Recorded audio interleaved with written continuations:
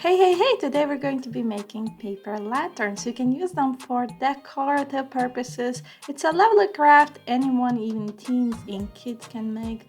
It's safe, cute, and great for low budget. So we're going to start with getting craft paper 12 by 12 inches, then a piece of white paper 10 by 12 inches, and paper strips 12 by 1 inches.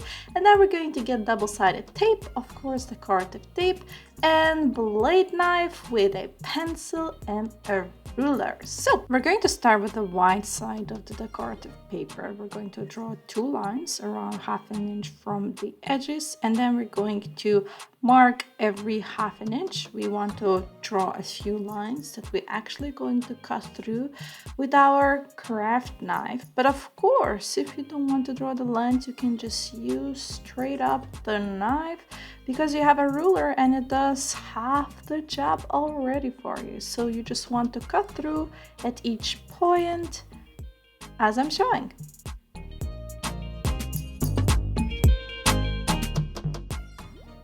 Now we're gonna want to pull out one of the strips from the side. This is just to make sure that we glue our lantern correctly. I'm actually going to take another piece of paper, the white one, and apply the double-sided tape to the very edges of it. We're going to then take off a bit of the plastic and just glue the very edge of the decorative paper to the white paper, and we're actually going to do with the other side.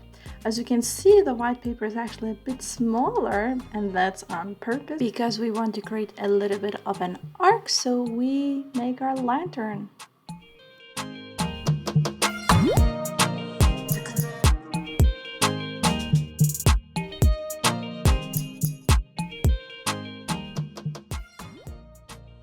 Using the double tape, we then want to glue the sides of the white paper together. It's a little stronger, and this is how we're going to make our lantern happen.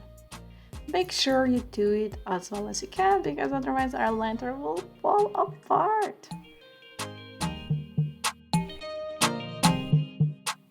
Finally, you want to apply the little strips to the edges of the lantern. You can use double tape, whatever you want, to just fasten them up, and that's it. Our lantern is done. Make sure you don't use real candles in them, okay? Just the electric ones. It is paper at the end of the day, which means that you know what happens when you use paper and fire together? It burns.